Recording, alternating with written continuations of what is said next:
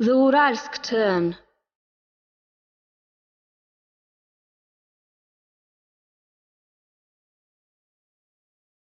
Immediately after traveling to Uralsk, Pushkin had his boat in autumn, Tolstoy Yasnaya Polyana, which was also a fruitful period. He devoted almost 10 years to writing a book which would become an immortal classic.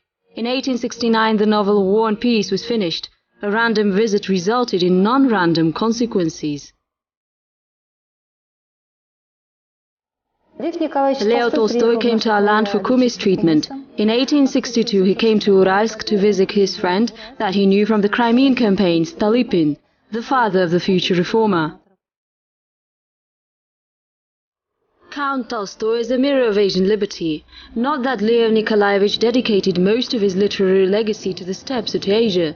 However, Asia did leave a trace in the works of the classical writer.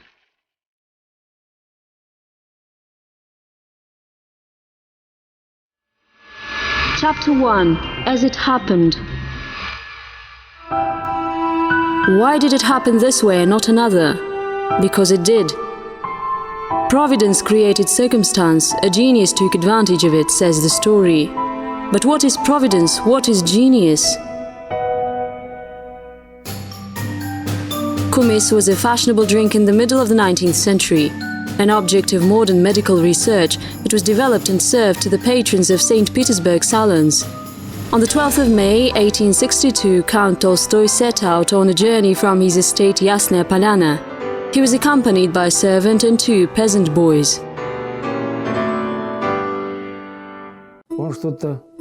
He fell ill. He had lung problems. He wrote in confessions that he had gotten ill and spiritually rather than physically, so he dropped everything and went to the steppe to breathe fresh air, drink kumis and live a more natural life.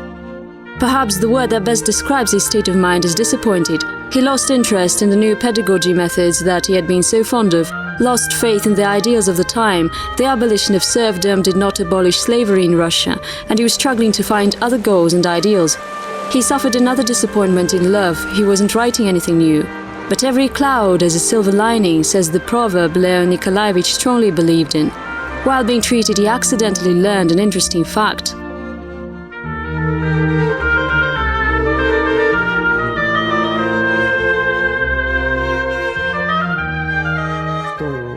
The Uralsk chieftain was Stolypin, his friend. They fought together in the Caucasus. Both were captains of artillery, and he was very happy to reconnect. He didn't plan to go to Uralsk, but decided to visit his friend. A friend and a brother-in-arms, Count Tolstoy learned that his military friend was a chieftain not far from where he was staying, and of course he couldn't help but come. He stayed here for 3 or 4 days, but unfortunately little is known of his visit. It is known that in late July 1862 he was staying in the chieftain's house.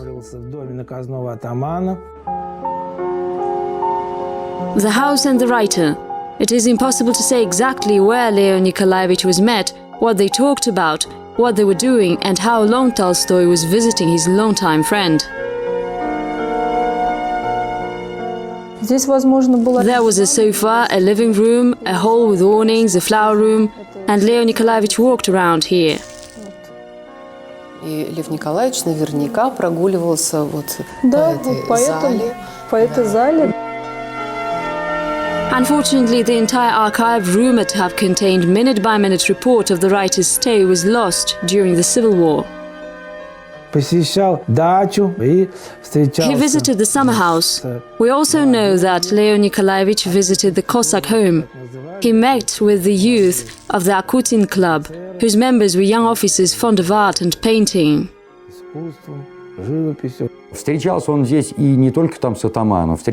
He met not only with chieftains and Cossacks, but also our boisterous Ural Cossacks who weren't intimidated by his fame in the slightest. An old man stopped him once. "Are you the Tolstoy?" "Yes, I need to speak with you." Lev Nikolayevich was surprised by the old bearded man's request. The latter brought him home, left the horse, and they stayed up all night talking about life and singing songs with other elders.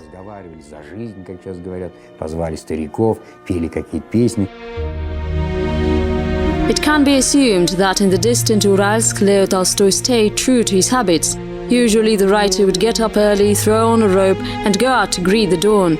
Before breakfast he drank kumis, ate beshparmak and, in accordance with local custom, he ate the meat with his hands. That was before he became a vegetarian. Stolypinский бульвар, знаменитый был в Уральске. We had Stolypin Boulevard in Uralsk, and in 1860 a rotunda was built, where young people gathered in the evenings to dance and listen to the brass orchestra. Lev Nikolayevich attended these events.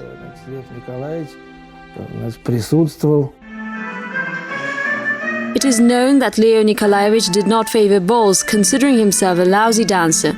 He was known to be a connoisseur of feminine beauty, but never had much success with the ladies.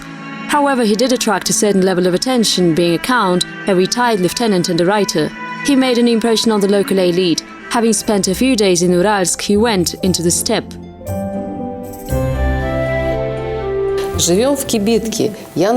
I live in a tent. I found a friend, Stolypin, who is now chieftain in Uralsk. I went to visit him and brought back a scribe, but I dictate and write little. All the works in which Lev Tolstoy mentions Uralsk were written much later.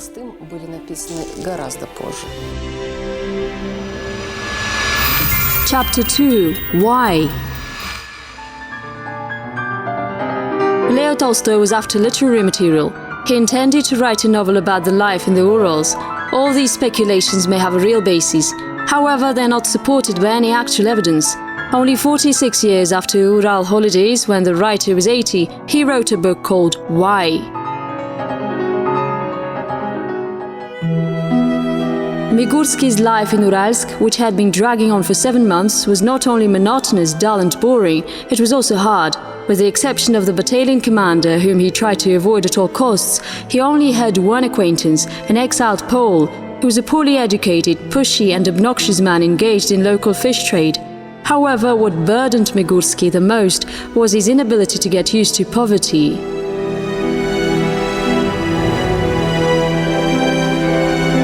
The story of an unsuccessful escape attempt, a short novel only 24 pages long, but in order to write it, Tolstoy had to complete extensive research.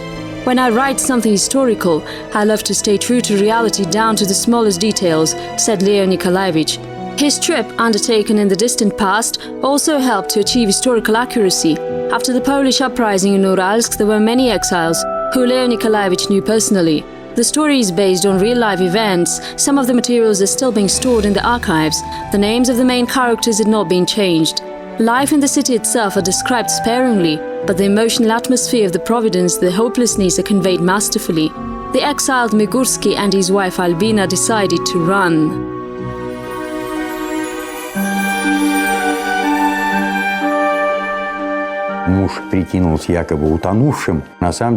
The husband pretended to have drowned. In reality, he was hiding in the house for a month while she wrote petitions to Orenburg and then St. Petersburg. Their children died, and she asked to be given their remains, made a big coffin and put her husband's bones there as well.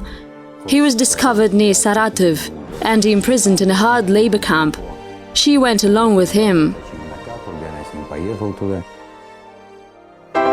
Leo Tolstoy attached great importance to this little story, judging by the fact that he rewrote it at least 15 times. The idea of suffering for truth and dying for freedom stirred his spirit and manifested in the narrative of the Ural life. With all his soul, he loved the way of justice. He was the owner of deep thoughts.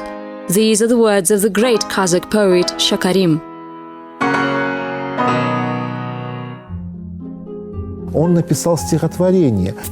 He wrote a poem which reflected the subtleties of the experiences Tolstoy had after he was excommunicated from the church.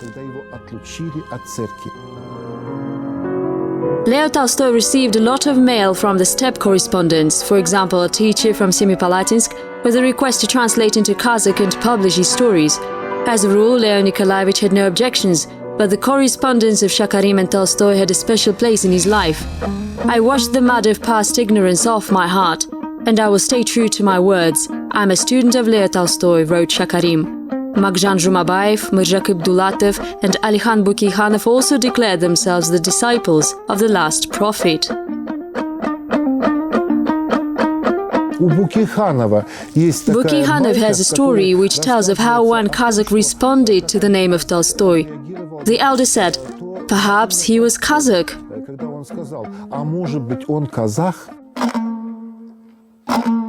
In the deep wilderness, sitting in a cozy yacht of a rich Kazakh, I told the elders about young Russian writers and in particular Tolstoy.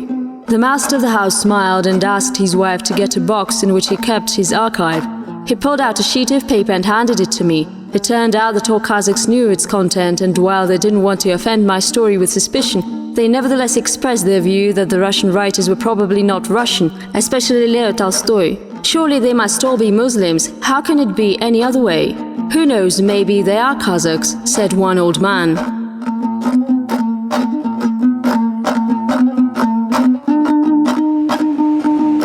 The village where Tolstoy was so revered was also the native village of Abai, who was also a fan of the writer, writes Bukhanov. The master of the house is a classic of Kazakh literature, Shakarim and translator of Tolstoy. But all of this would come later, and back in the 1862, Lev Nikolayevich was not yet a prophet or the great guru of our time. He was returning home from the steppes.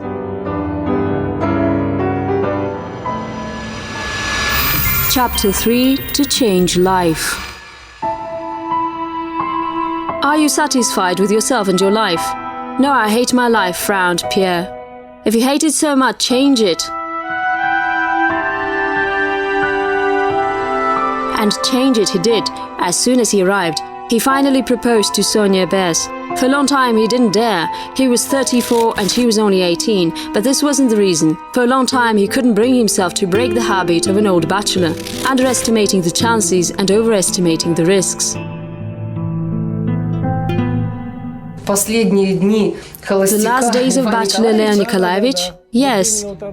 When he left here in the summer of 1862 and returned to Moscow, he proposed and got married. And this is what he looked like at the time. Everything comes in time to those who wait. A quote from War and Peace. The vast Ural could have been the reason or maybe the last straw in a free-spirited but restless life of the writer. One way or another, in September 1862, almost immediately after his return, Count Tolstoy began a new phase of his life, both personal and literary.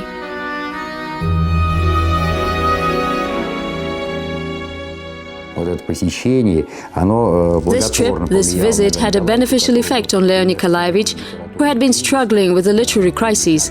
After all, he began writing Cossacks in the Caucasus, a book about the Terek Cossacks, but then stalled the work for 9 years and couldn't resume. It was only after his visit here that he arrived at fresh ideas and finished his remarkable novel. The sunrises and sunsets are almost red in the steppe. When it is windy, the wind carries heaps of sand. When it's quiet, as it was in the morning, the silence is uninterrupted by any movement or sound, which is particularly striking. This morning it was quiet and cloudy, the desert, despite the fact that the sun had risen. The area was deserted and seemed particularly soft. The air was still, and the only sound you could hear was the horses waking and huffing. But this sound was weak as well and seemed to freeze immediately. He was married and happy, at least for the time being. He also started writing a novel that he had been unable to approach for several years. Something always got in the way. What started out as a story of the Decembrists eventually became a novel about war and peace.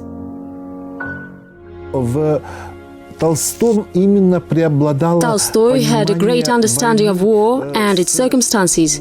He knew they could destroy all things artistic in a human being and cripple his identity. To him, the world was meant to be about liberty and freedom.